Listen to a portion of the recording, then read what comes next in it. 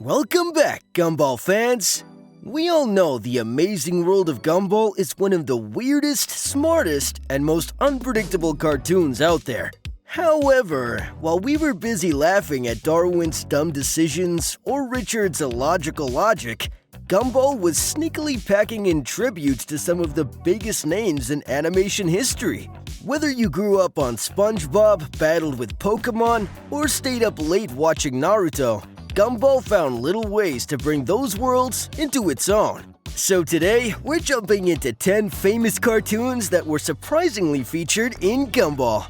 Starting with the one and only Street Fighter, specifically in the episode The Words, where things get emotionally violent. Now, this whole episode revolves around Gumball and Darwin absolutely destroying each other in a verbal brawl. This entire scene felt like watching the Street Fighter series if it were directed by the Kardashians. Anyway, the fight had everything except for physicality.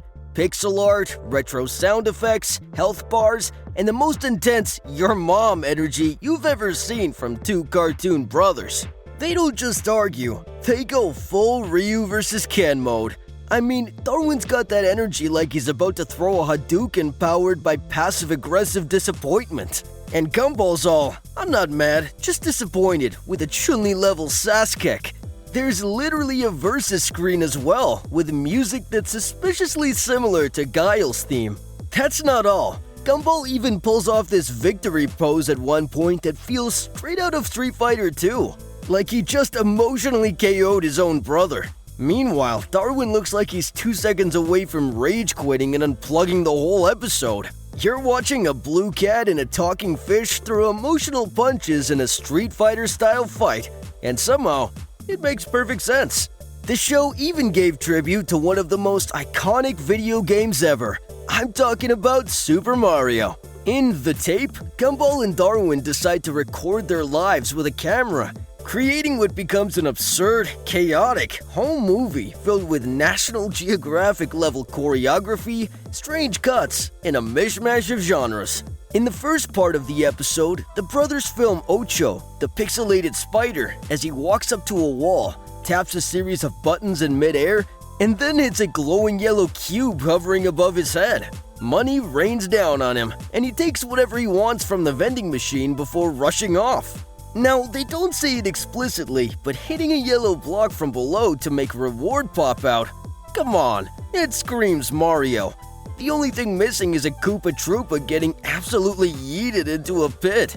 Then there's the episode The Uncle, where the writers went full send. You see, Gumball straight up loses his mind when Ocho mentions that his uncle's name is Mario. Naturally, Gumball assumes it's the Mario, Nintendo's famous Italian plumber. He immediately proposes marriage to Ocho, and I completely understand why. He settles on trying to become Ocho's best friend just to get close to his so-called famous uncle. Gumball endures insane trust tests, including fights, fake kidnappings, and even a demand to sacrifice Darwin. All this chaos just to meet Mario. But in the end, when Gumball finally meets the guy, it turns out to be just some random dude named Mario, not the mustachioed legend. The episode straight up mimics classic Mario gameplay. We're talking side-scrolling action, pixelated animation, floating bricks, coin blocks, and those sweet little power-ups. At one point, Gumball even pulls off Mario's iconic jump pose, legs tucked in, arms up, complete with a dramatic Yahoo! That sounds hilariously close to the real thing. So yeah, if you ever wondered what Mario would look like with 2D cats and talking fish, Gumball already did it, and it's somehow understandable. What isn't so easy to get is classic cartoon physics, and in the Amazing World of Gumball episode The Safety, Darwin decides he's had enough of it, like he himself isn't a talking goldfish with arms and legs. Jokes aside, he tries to rewrite cartoon history, and the result is one of the funniest and most self-aware parodies the show ever pulled off. Darwin gets ultra paranoid about danger and takes it upon himself to sanitize Elmore's reality. That includes editing a very obvious parody of the Roadrunner and Wile E. Coyote cartoons, except it's Gumball's version. He tries to rewrite reality itself by editing and sanitizing cartoon physics and danger in his world. basically turning Elmore into a safer, less violent place. Instead, he completely ruins the fun. The parody nails the animation style and even mimics those wild freeze-frame moments in Looney Tunes, all in classic Gumball style. Moving on, we have one of the most shocking references in the Amazing World of Gumball. We all know that Cartoon Network and Disney have been rivals forever when it comes to animated shows, but Gumball doesn't shy away from poking fun across enemy lines. I mean, come on, Louie is basically a parody of Mickey Mouse. It's like the animators took Mickey, applied an aging filter on him, nerfed him to look retired, and just kind of slowed down. And the Mickey references don't stop there. If you look closely during the show's opening, there's even a sticker of Mickey slapped on one of the lockers at Elmore Junior High. And I can tell you, it was 100% intentional. Alright, let's talk about Banana Joe. He's a talking banana with limbs. He's totally unpredictable, crazy, and it feels like he was created by throwing a bunch of Instagram memes into a blender. And just like him, his tribute was unpredictable as well. In the episode The Ghouls, Banana Joe shows up dressed as none other than Pikachu. Yes, the Pikachu. The electric mouse, Ash Ketchum's ride or die. Except for this version, it's Banana Joe in a janky yellow onesie with lightning bolts on his cheeks and the energy of 10 Red Bulls in his soul.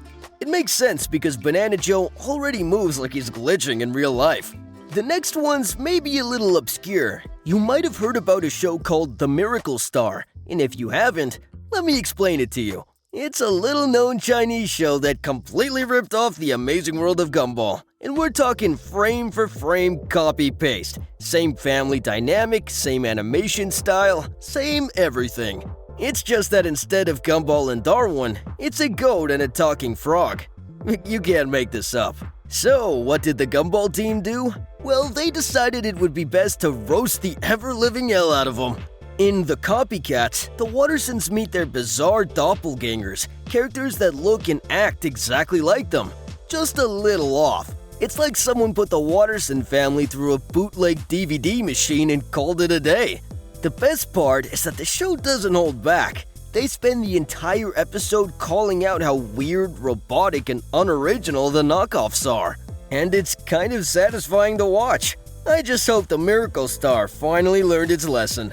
While Sonic the Hedgehog himself didn't dash through Elmore at supersonic speed, his arch-nemesis made a surprise cameo. Yeah, I'm talking about Dr. Eggman, the actual egg-headed villain from Sonic the Hedgehog. This surprising little cameo happens in The Safety, where Gumball and Darwin are on yet another mission to keep the world idiot-proof. Alan, being the sweet balloon boy he is, tries to be the voice of reason, but not before putting on a ridiculous disguise that just happens to look like Dr. Eggman. You can't unsee it once you see it, and honestly, Alan looked like a mustache-twirling supervillain is probably the most personality he's ever had. What makes this moment so funny is that it's completely unnecessary, yet surprising, which is exactly why it's perfect. Moving on, we got a crossover nobody probably asked for, but everyone needed. Uncle Grandpa and the Amazing World of Gumball are in the same universe, even if just for a hot second. In Uncle Grandpa's episode The Grampies, the show starts with a parody award show where Uncle Grandpa hosts a ceremony just for, you guessed it right, grandpas. There's red carpets, sparkling tuxedos, and a complete disregard for logic. The best part is that the audience was a mixture of characters from all over the Cartoon Network universe. Even Ben 10 took out some time from saving the world to attend this one. He definitely had his priorities together. One of the most surprising appearances in the episode was Gumball Watterson himself, just casually vibing in the crowd like he strolled into the wrong cartoon and decided to stay for the snacks. Later that same day, Gumball returned the favor in his episode The Boredom, which is basically about him and Darwin losing their minds over how painfully dull the day is. In a desperate attempt to break the monotony, they push the plot so far off the rails that Uncle Grandpa's RV literally rolls into Elmore.